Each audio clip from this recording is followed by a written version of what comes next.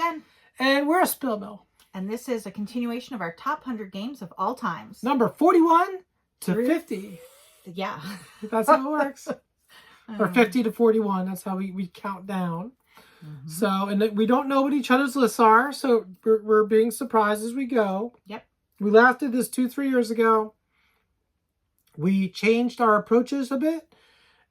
Plus, we've played a lot of games in those 2-3 years. So, big changes all over our list. But these are objectively the best games. Objectively, the absolute 41 to 50 best games. There is no question that that's where these games belong. Yeah. So, and a word, if you are just joining us, as Jane said, we last did this 2 or 3 years ago. We readjusted. These are the games that we want to play now. Our lists have changed significantly, I think both of them in the last couple years, and I expect the next one will too. So these are objectively the best games right now. Yeah, some of it's change of approach though. Like, I didn't have a lot of light games on my list last time. Part of that was just how I weighted them. And so I just kind of emphasized them a little more this time around than I did last time. Yeah. And so, you know, stuff like that. So anyway, you ready? Yep, I'm ready. Who's first? I don't know. Oh, no. All right, I'll go. Okay.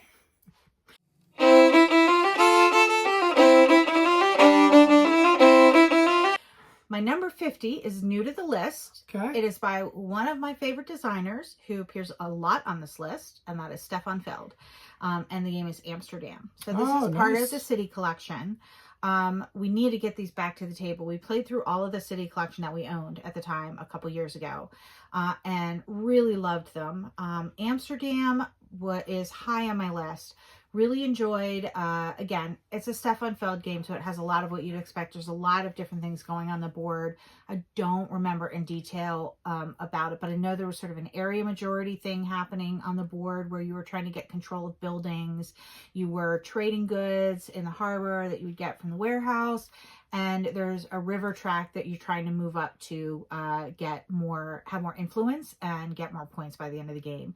And that's what I love about Stefan Feld is his games have a lot of different things happening in them, but all of the mechanisms are super smooth and they work really well together, and the games just feel so satisfying. And so Amsterdam from Stefan Feld is my number 50. His action selection systems are always so clever. So clever. Whether there's cube towers or wheels with different numbers of colored cubes in them, like in Amsterdam. Yeah. Like, they're all just so interesting. So that's right. I completely even forgot about that. Oh my God. Yeah, his action selection mechanisms are usually what push him to the top of my list. He is the master at that. And this one has that cube wheel, which he just does so brilliantly. Yep. All right. Good choice. All right. Thank you. My number 50 is a representative of a trio of games. And talk about light games, this one's called Forage. This is a 9-card solitaire game.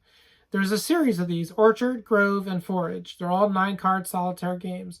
And they are fantastic. I've played them all over 150 times combined. They're so good. You could play them in 5 to 10 minutes. You could play a game. So you could play 2 games in 15 minutes because there's 18 cards that come in the deck.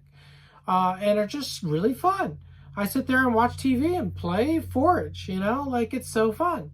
These are just fantastic. These are new to my list, just because I think I got the first one after last time we I think so. Did the list. So if we did before, I just didn't put it on the list, but it's there now. So yeah, Forage, number 50. All right. Excellent game.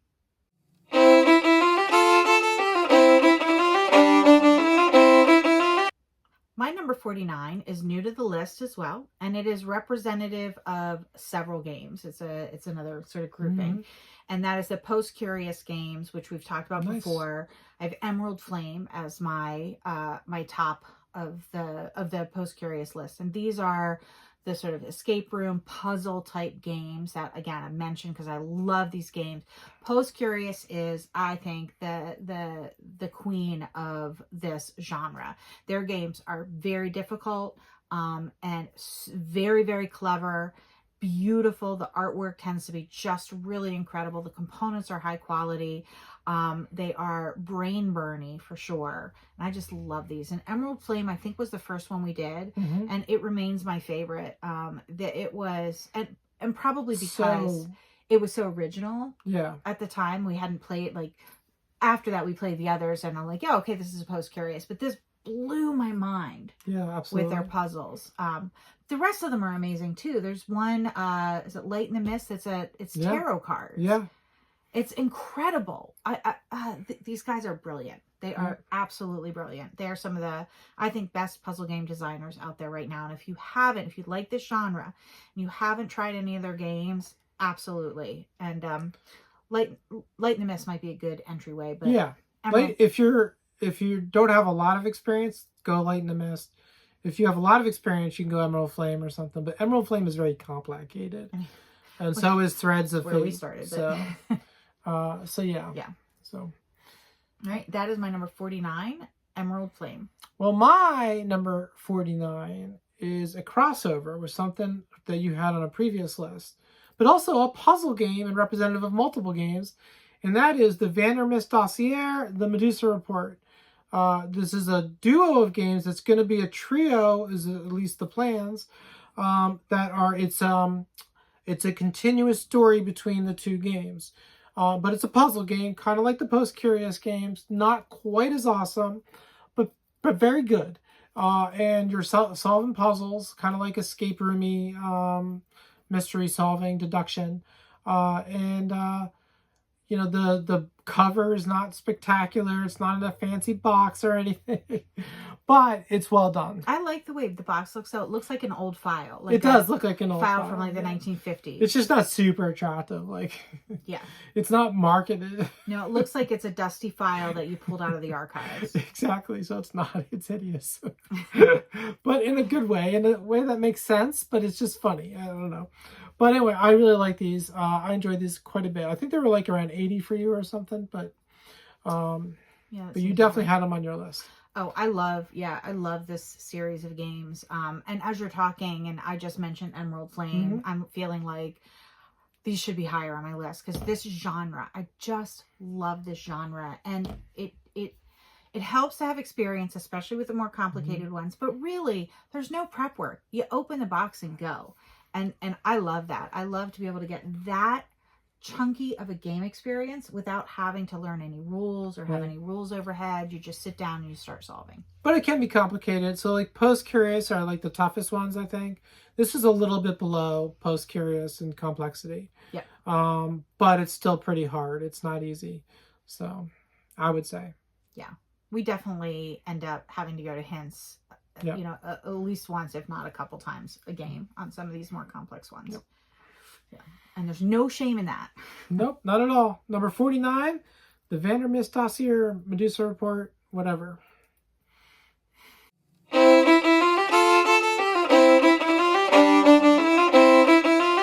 My number 48 is new to the list. And honestly, it's one we don't have a lot of plays in. And this is one of those ones that I couldn't tell you a lot about it, but my experience of the game was so rich and I remember it so fondly that I would love to get this back to the table. I think you'll agree with me. And that is Tainted Grail, The Fall of Babylon. Oh, yeah. We love everything about this type of game. So it's a sort of open world exploration, story-based game with a big story arc, and you're fighting bad guys and you're discovering things as you go. It's in this sort of like Arthurian. It's Arthurian, yeah. Yeah, Arthurian. Is that the right pronunciation? Yeah. Arthurian, yeah. Type world, but Yep. The sort of reverse of it, if you will, kind of like the dark Arthurian. It's supposed to be like in the future after King Arthur. And there's the worlds that being threatened by darkness and blah, blah, blah. Yeah. And we only have a few plays of this in because we played it right before you got really sick. And that might be why it is so Not high. Not before. I was sick. Yeah, we managed to get a few plays in. You're right. And I had to stop. Yeah, that's right. And I think that might also be why it's so high on my list, is because it was such a lovely experience that then we were not able to go back to. Yeah. That I kind of like longed for that experience. Need to get it back to the table. We definitely need to get it back to the table. So I think that's something to make sure we do this year, is get back. And I know it's a super popular game. I know folks love it. It's highly regarded. So my love of it is not what rose-colored glasses by, you know, through the mists of time.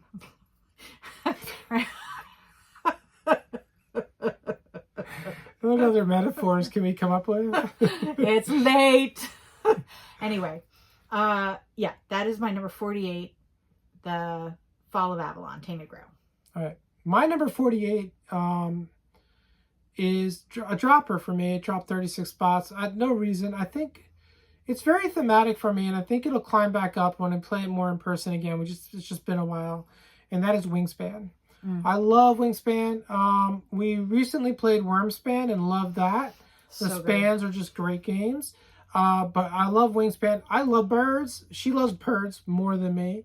She's obsessed with birds. But we love birds around here. So any game about birds is going to do well. But it's also a really well-designed game.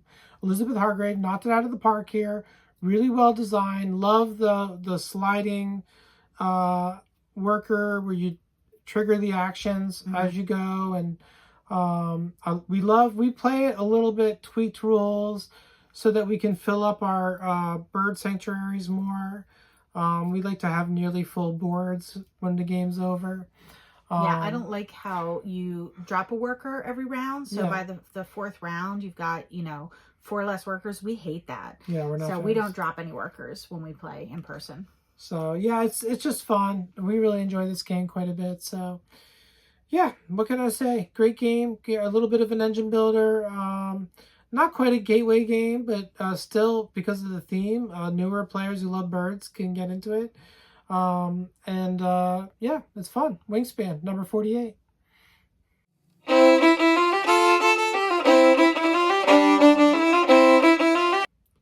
My number 47 is new to my list. I had to look and say it is new to my list, but we played it before. It just didn't make it.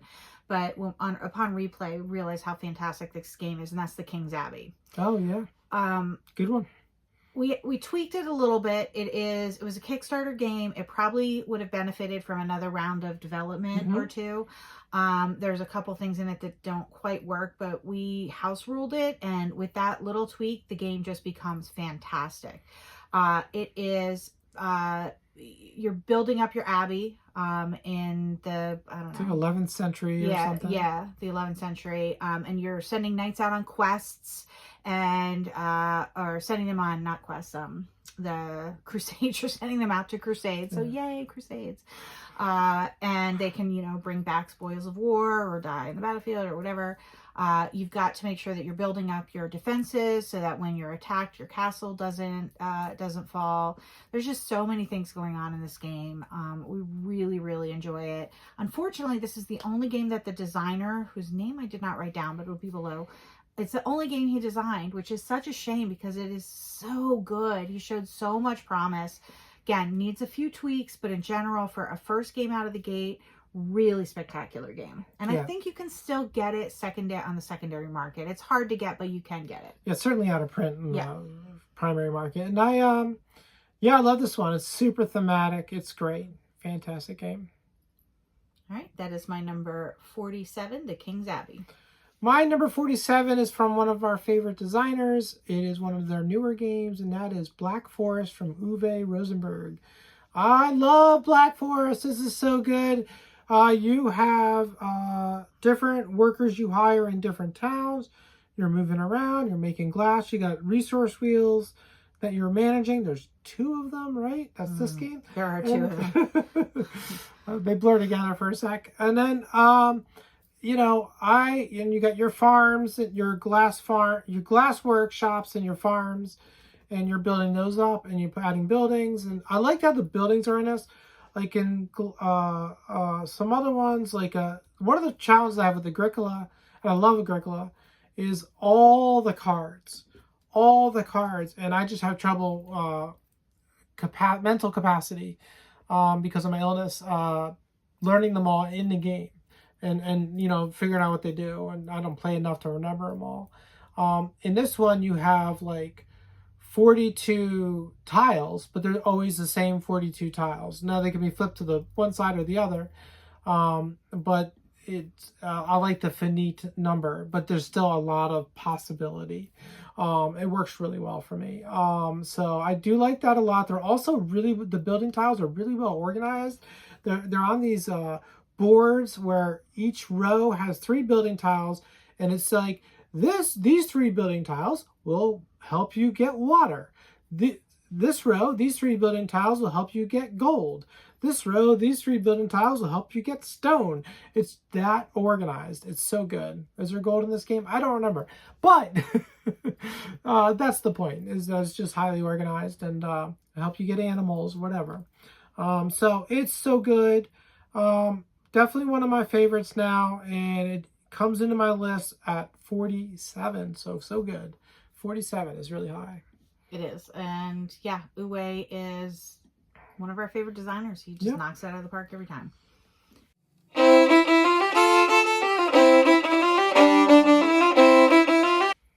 All right, my number 46 is by one of our favorite designers, Uwe Rosenberg, and that is The Gates of Loyang. So the game's not a crossover, but the designer is. The Gates of Loyang is, it's one of his games that doesn't get as much, I think, discussion or notice as other games, but I really like it. It's really interesting. First of all, when we took it out of the box and set it up, I was like, where's the board? Where is everything? There's nothing to it. There's basically like one long cardboard piece and then cards. But again, he uses all of those resources so cleverly. Your cards can be like a garden plot where you're growing stuff, or vegetables, not stuff, vegetables. They can be a market stall, or they can be employees. And weed. You grow weed in this game. I'm just kidding. I'm just kidding. No, you don't. You grow melons and beets and kohlrabi. What's really fun or interesting about the garden tiles is you get one, you put it in, and it produces, it fills up. But that's it. That's all it's ever going to make, right? It's never going to have more melons in it than it does at the start. And so there's this like sort of diminishing return on your garden tiles. But you need those vegetables to satisfy orders at the market stall. And you can get employees that can help you mitigate it or get you more resources. But again, you're doing a lot with very few components. There's a lot of game with just the little components. One of the key mechanisms is on your turn, these cards come out and you, I can't remember, there's a push your luck element to it. You can draw, but I love that sort of press your luck element to it, where to get the card you really want, you might have to go ahead and just go, but then you're losing out on some other benefits. If you can hold back and wait, you're going to get more out of it. And I think that's something Uwe does really, really well, is figure out how to make a game that feels, especially at the start, like you don't know how you're ever going to make this work. How are you ever going to get enough resources to do anything? But by the end, you're like buying these really expensive cards and you're fulfilling these market orders. Right. And if you don't fulfill the market orders and you make one of the vendors angry, then you get less resources that turn, or you have to pay them or something like that. And so, it's again that balance between fulfilling orders and keeping everybody happy. So Uwe does things always with I think finesse, and I love his game. So this is just another one, and this one feels a little different than his other games. I'm not sure where this fits. A lot of them fit into like a group. So you've got your Agricola, Caverna, the Viking one, Feast for Odin, like those all feel sort of a piece. And then you've got the resource wheel ones. Yeah. This Glass one, Road and Black Forest. This one kind of sits on its own. I feel like this is its own sort of animal, which is interesting. They call it Agricola, where you just grow vegetables. But it's not. But it's not really like Agricola at all. It's not at all. Not at all. So. No, I don't think it is at all. So that's my number 40 something. What are we on? 46, I believe. 46, Gates of Loyang by Uwe Rosenberg. My number 46 is a totally different style game. It's just one game. It's just one. Just One is a party game where really simply you get a clue. Everyone writes a word that you have to give clues to. Everyone writes clues. And then you share those clues with each other. And if any are the same, you have to scratch them out. And then whatever's left, you show to the guesser. And the guesser has to guess what the word is. Really fun. So much fun. Surprisingly simple, yet addictively fun. You could play this. We always end up playing this. We never really follow the point scoring. It's just fun to play, and that's what we do. Yeah. So really fun. We play this on BGA a lot. It's fun on BGA. And it's funny, they say in the rules, like, this is a game that's better played in real time. No, it's not. It's fine. It works fine. Totally fine. In what do you call it?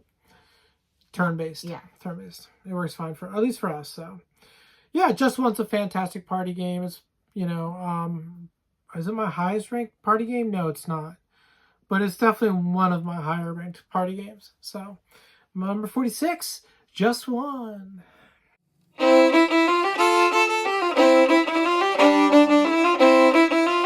Well, so far we've had all new games to my list. They've been all new appearances, but this one is a returning game, and it is surprisingly up 17 because I don't think we've played it. And that is Francis Drake. So nice. Was at 62, now it's at 45. But I really love Francis Drake. It's a good one. I think, and one of the reasons we haven't played it is it's a 3-player only game, which, we are mostly each other's play game partners. But we do occasionally get a friend to come in. We lure them in with treats and beer and get to play this. But I really love this game. It's one of the original. Now sound like a bunch of creepy strangers who just lure people in for board games. Hey, board games. I'm gonna play a board game. Board games. So this was I think probably my first experience with the ratchet track, which is the one-way track. So you can go as far as you want on this track, but you can't come back. So you have to really kind of pace how quickly you go. You say, well, why would you want to go really far? Well, if there's a really, really juicy space and everybody's going to want that, you want to try to get there first, because once somebody goes there, the space is closed off. But if that space is halfway down the board and I do that on my first turn, I've missed out on the chance to do everything else that comes before it. And you need those things too. So it's that really like tense kind of push your luck, ratchet track element to the game. And that's just the first half of the game. What you're doing is you're preparing for your journey, and you're hiring people, you're getting ammunition, you're getting supplies, everything you need to go out and sail from Boston into the Caribbean. That doesn't make any sense. Yeah, it does take off from, I think, Boston. I think that's the to the Caribbean. That's a long sail. Well, anyway, that's what you're doing. At that time, sort of, I guess. And then there's this whole second part of the game where you're maybe fighting pirates and you're trying to get build on an island or get supremacy on an island. Right. So it's got two really distinct pieces to it, but they work super well together. And I love that preparation phase, which again feels like one kind of game, and then the exploration phase, which feels like another kind of game. So all in all, you end up getting this super satisfying gameplay out of it. And I really love it. So that is my number 45, Francis Drake. Good choice. My number, I don't think that one made my list, but it's a good choice, and I'm now wondering why not. My number 45, I'm very excited to get this one back to the table at some point, because we just played a game from this designer, and this is Prehistory. Prehistory actually did drop on my list. It was number 13 last time. We just haven't played it, so it's hard to put it up too high. But this is from Attila Soji. Attila Soji does really good designs. Really clever worker placement is really their niche, or action selection. We recently played Impression from them, printing press game. That's fantastic. These games are all pretty heavy, although Avaroma is not that heavy. Avaroma we played is fantastic, especially with the modular expansions. So good. prehistory carries this on. One of the things that's interesting in prehistory, and it's been a while, so bear with me, but I know that one of the resources starts out as one thing, and then if you use it a certain way, it becomes another kind of resource. And it's very clever how that works. And I like how you can go to the different locations on the board and do different types of actions. And it's all basically, you know, based on prehistoric like living. So it's really cool. Not much else to say about this one except it's clever, creative worker placement and resource management. Yeah, I can't wait to get this back to the table. This was earlier on my list. I've already mentioned it, but I think after playing Ave Roma recently, I even more want to get prehistory to the table. I think that the when we played this a couple years ago, I liked prehistory better than Ave Roma, and I think that probably means that prehistory would go up on my list. So. Yeah, I think prehistory is more in that vein of like Endless Winter, where you have a lot of different things going on, and you have the worker placement over here. You're doing a little area control game over here where you're putting out tents and stuff. And I love that. Yeah, I love that stuff too. So, yeah, my number 45 is prehistory.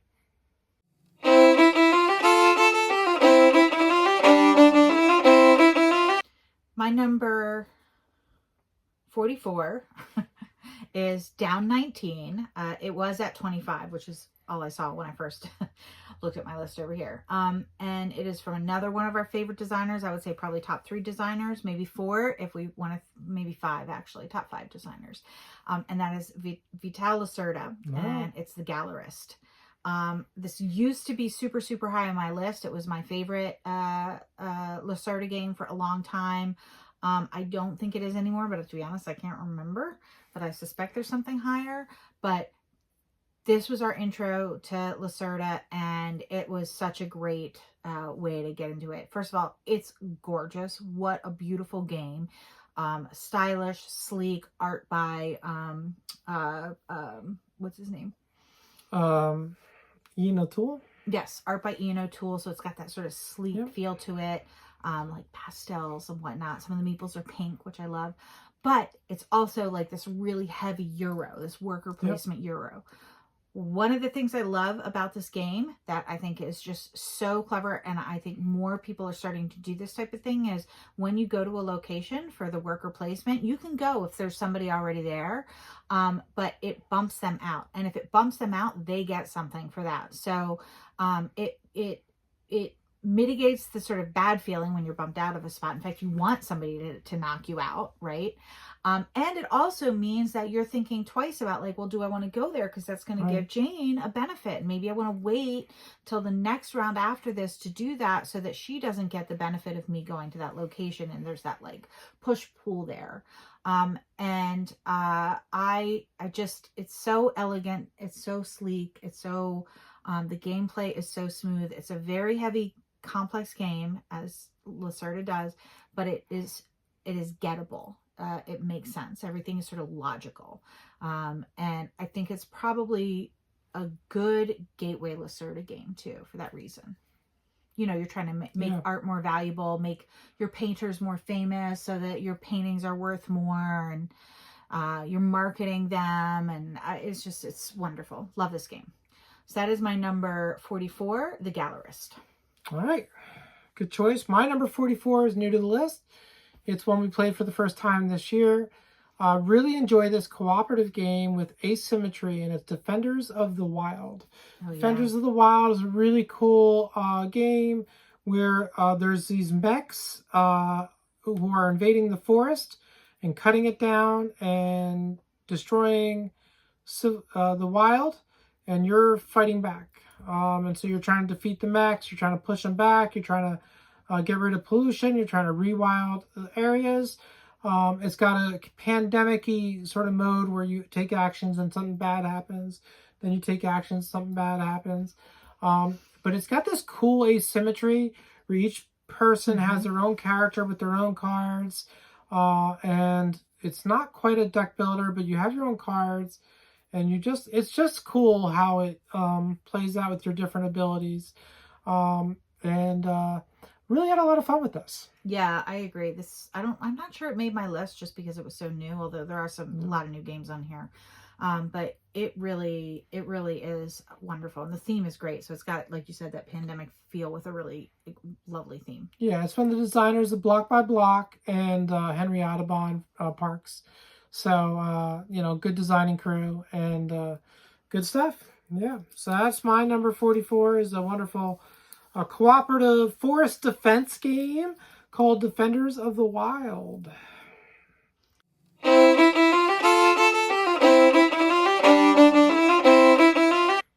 All right. My number 43 is new to the game. This is like the new to the game? New to the game. New to the list. This is my new portion. I think I only have 4 returning games. So this is probably my last new one. And that is Septima. Nice. I think you've already had this on your list. I did, I believe. Yeah. Let's see. It was on here. I know it was on here. I'm not seeing it though. Oh, I'm not seeing it. It was on here. Pretty sure you talked about it recently. Yeah, 64. Yeah, 64. Okay. The theme is that you're witches and you are trying to evade capture or notice by the witch hunters, but you are also trying to increase your coven by getting townspeople on your side, and you're completing potions. It has, surprise, surprise, something we love, lots of different little things going on, so you can do various different things. You have a hand of cards that is the same, every player has the same hand of cards, and it's got 2 powers on the card. What's the second power? There's 2 ways you can use each card. One is if you match. That's right. The Septima. Yeah, so you have the Septima, who's like, I don't remember the second. The lead witch, right? And if she does the same action, and you know what action she's going to do. If you do the same action as her or another player, it really ramps up the power of that card. But it also attracts the attention of the witch hunter. So it's really that push and pull of deciding when you're going to play each card, when you're going to do each action. Are you going to ramp it up and draw some suspicion to yourself, or do you want to play it safe? And again, there's like a couple of different places on the board. So, you got a track that you're trying to go up on the left, and you get rewards when you go up in there. There's a resource collection that's happening on the board. And so, again, every single turn in this game is a, huge decision space. What am I going to do now? What can I maximize? Where can I maximize what I get out of this turn? But also, what do I need to do what I want to do in the next 3 turns? Yep. And how do I balance all of those things? It's really well done. It's also gorgeous. The art is fantastic. It's got an expansion where you you become familiar, so you turn into your animal. You've got cute little animal meeples, and they have some really neat powers. They're more limited in what they can do, so you're actually not going to want to just play as the cat or owl, which obviously otherwise I would. But they have some nice powers that make it really attractive to do that every so often. So really lovely game. I think this one is going to go up and up with more plays, and that is Septima. That's my number 44. Good choice. 43. That's all on my list, so obviously a good choice. My number 43 is a crossover with this list. It is The King's Abbey. Ah, yes. Very good for this game. This is, like she said, it's a game that could have used one more round of development. We had a house rule, a couple things, but it was so good. It's so thematic. It's so thematically rich. You already talked about it, so I won't go into too much depth, but I just really enjoy it. It's a great resource management game. It's got, it's so immersive to me. I just find this game very immersive. I do too. I think this is one where we pull out our like medieval goblets or tankards to drink out of when we play it, because it just feels so like we're in the Middle Ages. It really works building for us. Our abbey. Yeah. So yeah, this is a big winner with us, and can't say enough about it. And like you said, I wish the designer had done more. But this was, at least he did this. So. Yep. All right. That's my number 43. Sorry to be brief, but we talked about it. So, The King's Abbey.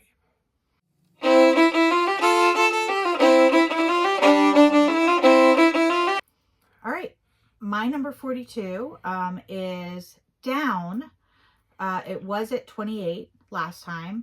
This one might actually go back up, in part because now we're playing it a lot on BGA, and that is Orleans, which is a bag builder. You are you start with a number of workers in your bag, and then you're hiring other workers, and every turn you draw a certain number of townsfolk out of your bag, and that dictates what you can do. And so, for example, if you have like a priest and a noble, you can go to the university, or hire a monk or something like that.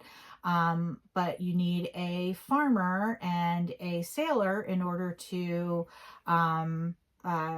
trade goods upriver, to travel to the next town over by river. So it's got a couple of different things happening on the board. You've got a town, not a town, but like a map that you're trying to explore on and put down your trading posts so you can trade goods. You're trying to move up on tracks, and as you move up on tracks, you do that by hiring new workers. So every time you hire, for example, a noble, you get a building that you can now use, and every time you hire a sailor, you get money, etc., etc. And then ultimately, at the end of the game, there is a beneficial deeds board where you can retire your workers so they're no longer in your bag, and you can get end game points and things for that. And so that sort of, push and pull, like get all the workers and then try to shed them towards the end to get beneficial deeds. I really like this game. I love the bag building. I love the fact that, again, it's got lots of rewards. Every single turn, you feel like you get a reward for what you've done. There's like a little cha-ching, cha-ching, cha-ching, based on where you put your workers. And it is, I think I've been playing this steady on BGA now, and that just makes me love it even more. So it's one of those games where the more I play it, the more I love it, which is the hallmark of a really good staple game. Yeah, definitely. So that is my number 42, Orleans. And I should say we have Orleans Stories, but we haven't played it. Yeah. Number 42 for me is another one from a designer who's already been mentioned in this list a couple times. That's Uwe Rosenberg. This is Fields of Arle. Fields of Arle is a 2-player farming game. What a fantastic game. You got through half the year, and you can do actions down the left side of the board. You go to the other half of the year, you can actions down the right side of the board, except each time one player can flip over and do an action from the other side of the board for some reason. I don't know why, but it works.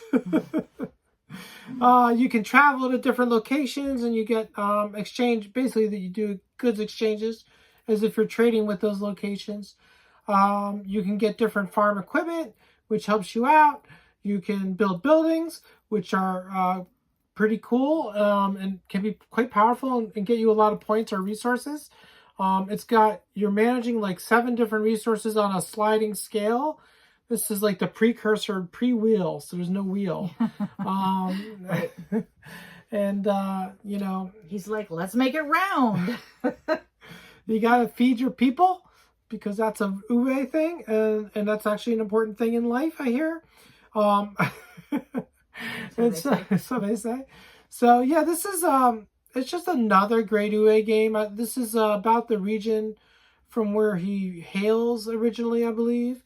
And so I think it's heavily influenced by that, and you can tell it's just a labor of love. It's a wonderful game, wonderful, in-depth 2-player farming game.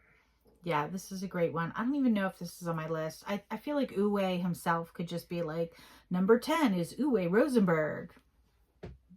All of it. I have to refresh on some of the rules. I'm just started a game on Yakata with a friend, and I don't really remember everything, but I love it. Yeah, it's on Yakata. It's on Yakata. Yeah. So why aren't we playing? I don't know. We should be. All right. All right. My number 42, Fields of Arle.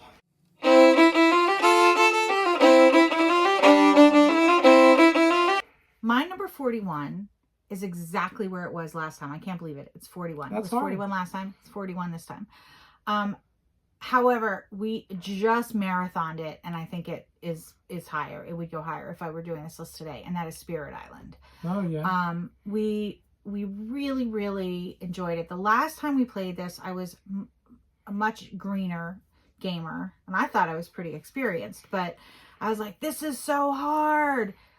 I didn't think it was that hard this time. We won most of our games. It's complex, though. It's complex. It is definitely complex, and depending on which spirit you play, it can be even more complex. I think what struck me last time was the fact that it felt so like the deluge. You were getting like, you know, drowning, and that felt so heavy, and like, I don't know how to overcome this. And then suddenly we won or we lost. This time that didn't bother me as much. I kind of was expecting it and having a lot of fun with the various spirits. We changed our spirits. I think we played all the expansions that we have. We were missing one, but we played all the expansions. We played the base game. Well, we just got that one, didn't we? Yeah, the last one, the one we didn't play. Yeah. And we cycled through. We played different spirits, so we got a lot of different. We got a feel for the game and a lot of different manifestations, right? And I really like it, especially with the expansions. I really like the extra powers. I started to get the hang of it after playing it a lot, of using the essences. It reminds me of Gloomhaven, like you release essence into the air and then you have a special power that you can do with it. I love that. Oh my gosh, that's so much fun. So, you know, picking cards that give you the essences you need to really amp up your turn, and then getting that, like, that one turn where you boom, boom, boom, boom, boom. You do so many things. You are able to just like wipe out a bunch of monsters and really turn the tide of the game. It's so satisfying. But it's not, even though we did win most of our games, it never felt like a cakewalk. It was never like, this is easy. It was always sort of a nail biter where we did manage to sort of win by attrition. We outlasted the monsters. We managed not to die. Like, congratulations, you didn't die. Was mostly how we won. But yeah, this is a fantastic game. Of course, the theme. We love the theme. Pushing off invaders from the island is great. Yep. Good choice. So that's my number 41, Spirit Island. My number 41's up 15 spots. It is an awesome solo game that we tend to play cooperatively, and that is Final Girl. Final Girl is an awesome horror film themed board game where you play the final girl who tries to beat the serial killer and win the game. Really, really enjoy this one. It's a dice chucker. It's a bit luck heavy. Don't care. Can be very hard sometimes, or less hard some other games just because of the luck. Don't care. Love the game. Really enjoy the experience. Like the different strategies that you can put into play to hedge your bets on the luck and stuff. And I love the way it ramps up and gets harder and harder as you go. So I really like this one. And we played the Krampus versus Santa. Mrs. Claus anyway. Krampus versus Santa, I'm thinking of... Dice Throne. Dice Throne, yeah. But we played versus Krampus. And around Christmas, that was really fun. So yeah, and it does play nicely as a co-op game. It does, yeah. Not every, we often sort of finagle solo games to play a co-op, and some of them are better than others. This works really well. Yeah, it works really well. I believe this was on your list already at some point, right? Maybe. I don't know. I could be wrong. Yes, it was. Yes, number 77. Okay, 76. I thought so. So yeah, so it's a crossover and a very, very excellent game. And especially if you like solo games, cooperative games, this is work excellent. But yeah, that's all. Final Girl. Final Girl, number 41. The final game. All right, so that's our list, 41 to 50. Sorry, I'm fading a little bit. So yep, it's late. We're both tired. Can you tell? Thanks for joining us. Let us know if you've played any of these games and what you think of them. What's your favorite on the list? My list is obviously amazing. Actually, James' list is too. So. Mine's better, but no, they're both good. And we have we both enjoy these games so a lot. We love board games, so this is fun to do. Yep. All right. Well, remember, everybody. Every day that you game is a holiday. Bye, everyone.